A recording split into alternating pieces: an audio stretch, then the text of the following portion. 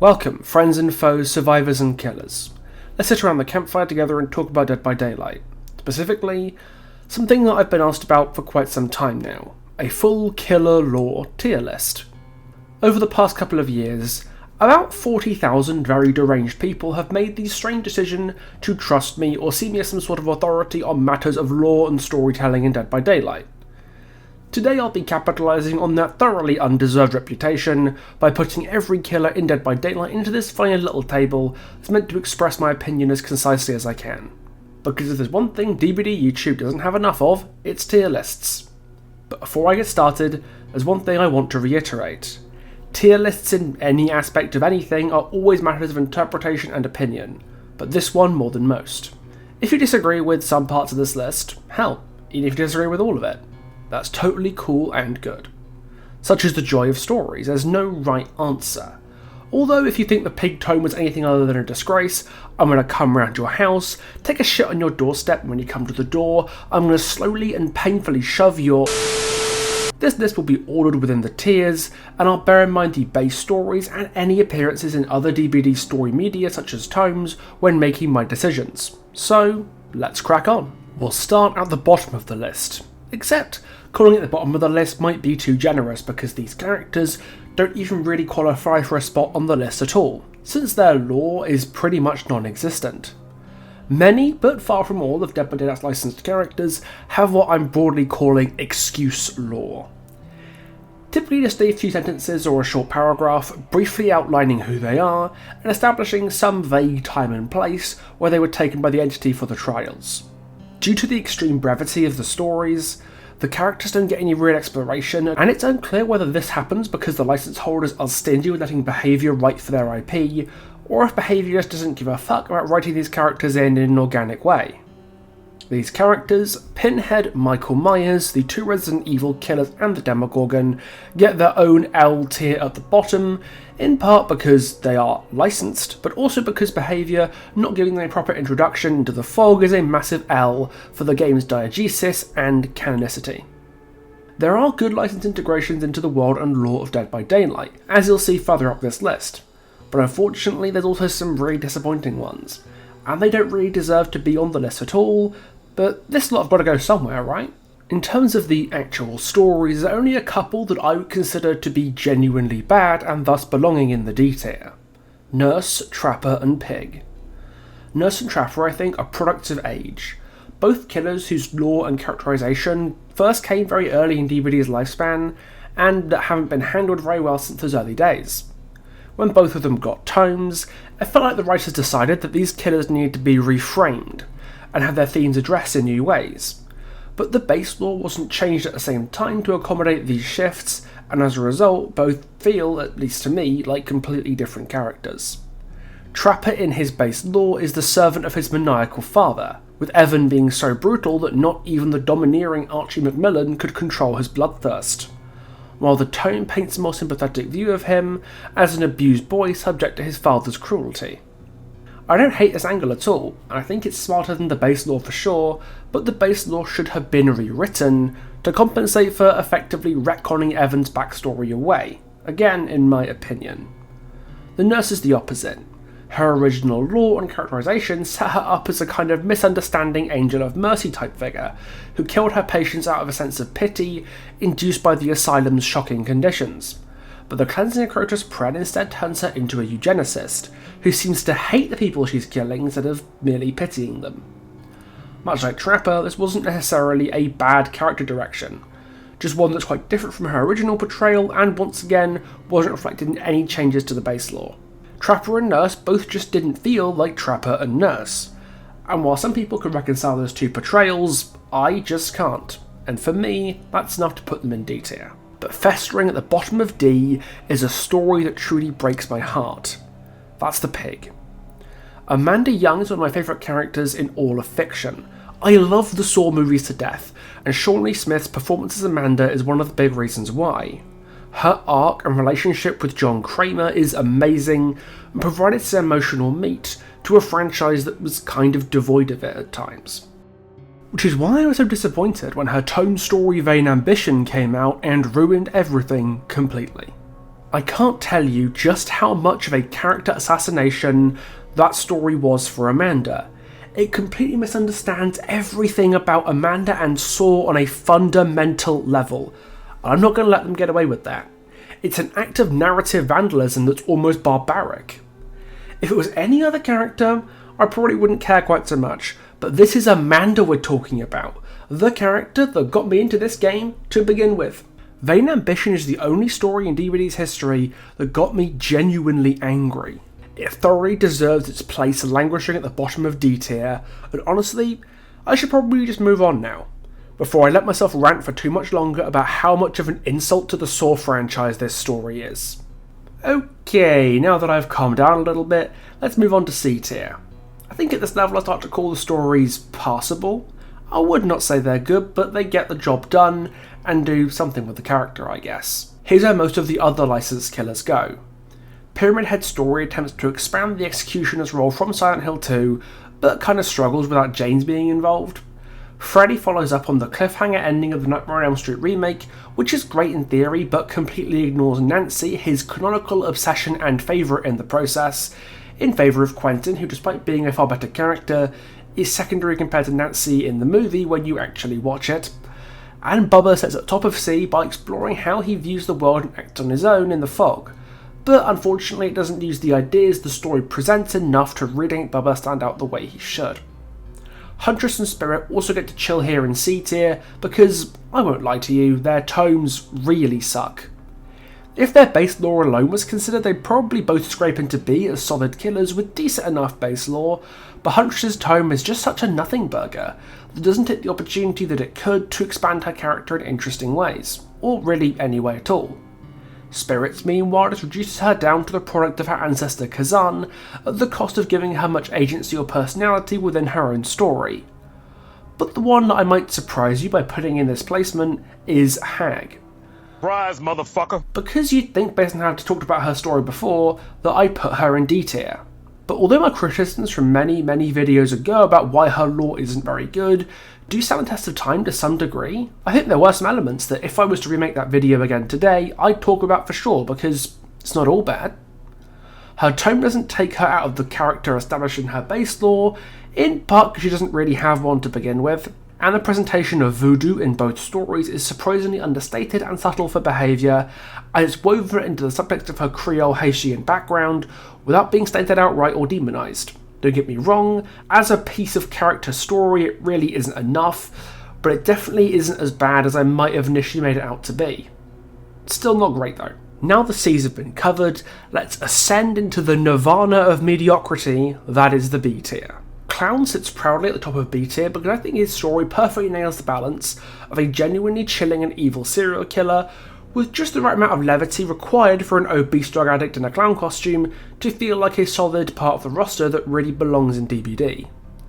I think his development could be better overall, and his tome story does lean a little bit too hard into slapstick violence for my taste, but nevertheless he's a fantastic addition to the cast, and if you were to ask me this question again next week, I'd probably put him in A tier because this is the placement I flip-flop on the most by far.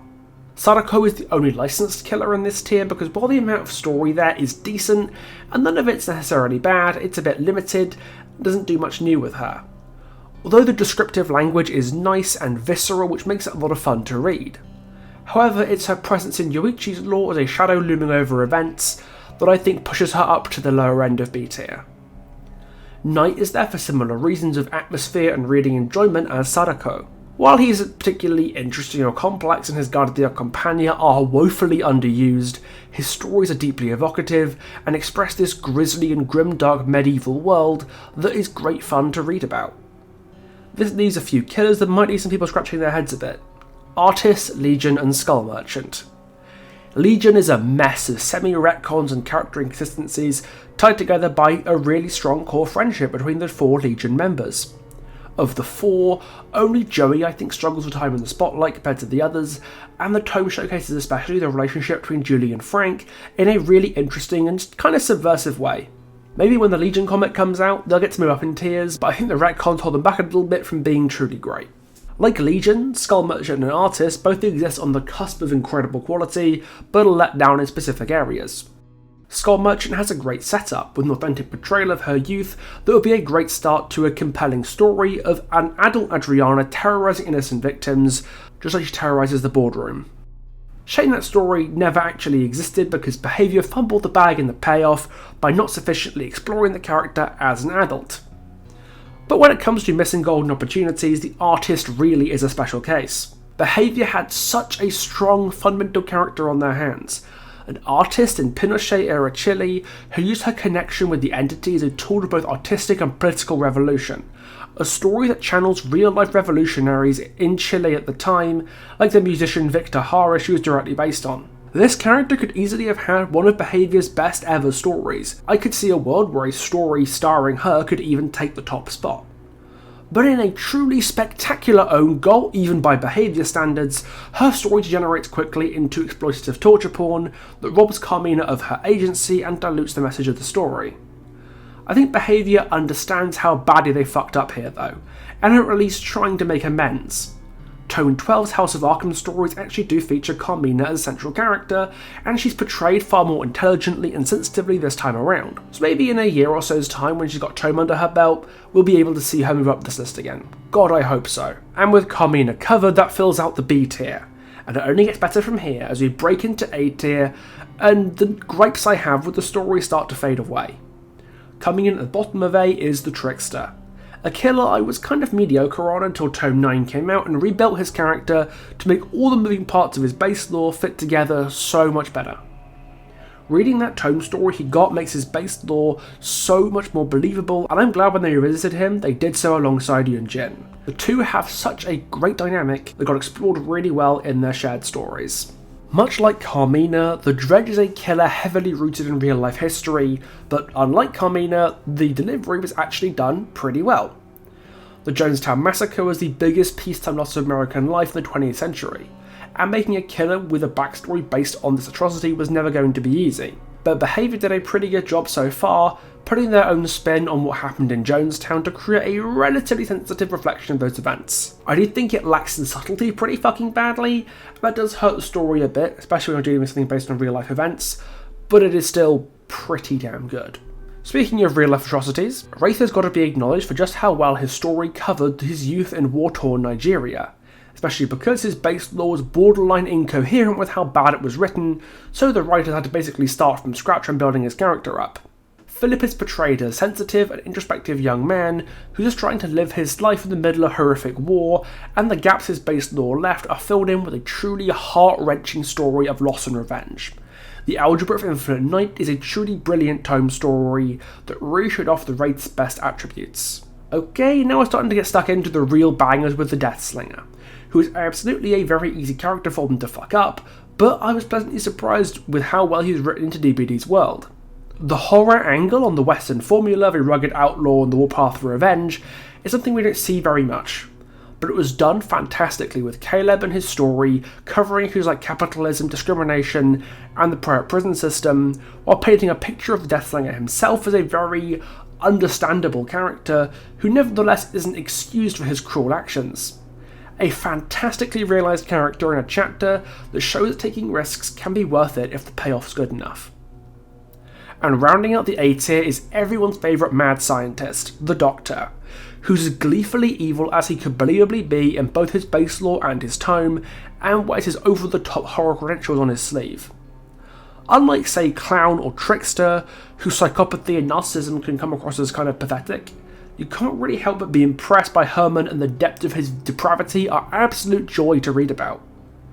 It's very much like an old-school slasher film, where the victims are just sort of a way for the killer to express their particular proclivity for violence on screaming, mindless meatbags, and it makes the Doctor a truly horrifying killer, and at the same time, just a blast to read about.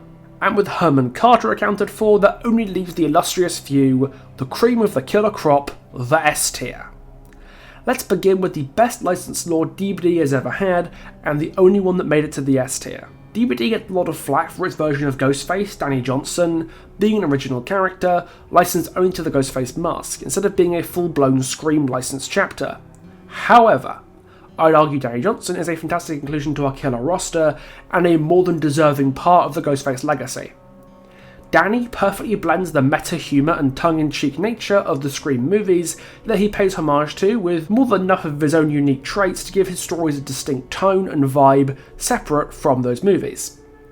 His tone especially displays Danny's duality as a more professional and skilled killer than most of Scream's Ghostfaces, and just how petty he is despite his illusions of grandeur. There's a very good reason so many DBD fans have floated the idea of Danny as a Ghostface option in future Scream movies, and while this would super duper never ever happen ever, the fact that he's even in the conversation alongside characters as immortal as Billy Loomis and Stu Macher is indicative of just how good a Ghostface Danny Johnson is. And it only gets better from here, because The Hillbilly's Tale is a masterclass in how to update an old piece of lore to bring a character to life in a whole new way. Billy's base lore is simple but effective. Deformed boy locked away by cruel parents but breaks out and takes his revenge. And a man named Boy updates the formula with visceral clarity of purpose and a compelling leading figure. Billy is intelligent, missing some things but far more perceptive than his family, the cops or anybody else ever gave him credit for, because their neglect of him means that they understand him even less than a certain pigman understood copyright regulations when he copyright striked my video on the character. By the way, if you're looking to try that yourself, look up the Streisand effect before trying something like that, you absolute dipstick. The violence in the story is uncompromising and contrasts with Billy's almost serene moments of musings to give his revenge a bittersweet catharsis. What a fantastic story to breathe life into one of DBD's oldest killers. In fourth place, we have a killer that overall I'm actually kind of mid on, but I have to concede is very well written most of the time. The Blight. Barring perhaps Haddie, the Blight is the character more than any other that seems designed for lore freaks like me and who was the subject of my first ever video. He has so much more story to sift through than basically anybody else, and for the most part, it is really good. The Human Quotient is one of the best killer stories of all time, and his involvement in foreshadowing in the Blight stories and events was done excellently and paid off just as well. Doors Unknown being kind of not great is the only thing that keeps Talbot out of the top 3, but that doesn't mean he doesn't deserve some recognition for a long history of strong and compelling storytelling. And now we're into the top 3, let's talk about the once and future king of Dead by Daylight lore and a frontrunner for the next killer tome entry, the Oni. The fact that Kazan Yamaoka was for a while considered by many, myself included, to have the best lore in the whole game, despite never having received a tome, is a testament to just how compelling his story is. Woven seamlessly into the Meiji Restoration, towards the end of Japan's era of isolation, Kazan's lore flourishes as a prequel to his descendants and in almost every way outclasses it. Exploring the shifting social landscape of the time through the lens of a traditionalist brute who uses adherence to samurai codes as an excuse to take out his anger on anyone in his way. Kazan is the embodiment of regressive patriarchal fury, and his story reflects it perfectly. I suspect when he gets a tome of his own, probably in the near future, there'll be a conversation to be had about potentially reclaiming his position in the top spot. But to do that, he'll have to beat our second place contender, the one who dethroned him in Tome 6, The Plague. God, this killer is so well made in basically every way, and her lore is no exception. Demise of the Faithful represented a new, more sincere approach to creating characters and telling their stories in chapters, and The Plague led the charge for many of the other great killer stories we've covered so far on this list. Her base lore explores themes like hubris, leadership, and a crisis of faith that come together in a horrifying tragedy that makes Adirity's very presence in the fog a pretty miserable thing to comprehend. And when her tome story The Maiden Guard came out, it bolstered this idea by showing how her faith started out and exploring the choices that she made that led her on the path to become the killer she is today. If every killer was made as well as The Plague was, DBD would be a truly amazing game. And The Plague story represents the best of what behaviour can do when they really pull out all the stops to make a killer matter, which just leaves the number 1 slot, and I think by now we all know who gets pride of place at the top of my list. Yeah, we all knew the twins would be at the top, and I know I'm going to get accused of being biased because I put the twins at the top, but let's consider this for a second. Why do you think they're my favourite in the first place? The twins' story is just so special. The relationship between Charlotte and Victor is beautiful. Both of them are simultaneously their own people and completely codependent on each other. With Charlotte's stubborn refusal to just lay down and die, more for her brother's preservation than for her own. Charlotte is her brother's only friend and caretaker in life and death. And while Victor can be a rambunctious little shit sometimes, he clearly cares for his sister too, down to putting his life on the line to save her himself. The tome story Side by Side Forever is the perfect distillation of their relationship and how Charlotte deals with her grief. A focus on Charlotte's life after losing her brother and how she takes her body and mind to their breaking points to save them both, in the vain hope that one day Victor will come back to her. And it's only because of that persistence, that impossible grit and unbreakable bond between brother and sister, that the entity reunited them again. To the twins, the entity is a strange, dark blessing. It is the bond that ties them together with a new lease of life. It is the chance they needed to break free from their pursuers, and finally, the means to carve out some sort of life for themselves, even if it's carved in the flesh and blood of survivors. A lot of people hate the twins, and I mean passionately hate them. I've spoken to somebody before who legit can't even think about the twins without getting so irrationally angry that they have intrusive thoughts of physically harming the devs who made them, and yet even that person had to concede at one point that their lore was pretty good. I love these killers so much, even if behaviour in the community doesn't, and even if the rework sucks, or they get even more horrible bugs in the meantime, they'll always be my number one. DBD's lore means a lot to me, because I'm a massive fucking horror nerd, and every time behaviour takes a step in a new direction with a new story, it gives me a chance to sink my teeth into an area of history, or a horror subgenre, or a trope, or whatever else, in a fun new way. Don't get me wrong, these experiments are not always successful, and if something isn't working, I'll definitely call that out, but there's never a dull moment, and sometimes you come across a character that just clicks with you. If you want to see a Survivor version of this tier list or have any feedback about my placements on this list, maybe I was too kind or too harsh to someone you feel strongly about, let me know in the comments, and while you're there, subscribe if you want to talk about more DBD lore or watch my older videos where I covered every killer in the game at some point or another. And if you really like me, you can consider signing up to my Patreon, because my patrons are legendary, they help keep the lights on over here, and the perks are pretty sick as well. You get a day's early access to all my videos, including this one, and your name in the credits and a bunch of other cool stuff, so if you're interested, then do drop by to the Patreon and sign up, it would mean lots to me if you did. Well, I guess I'll see you next time. On that note, ta-ta for now.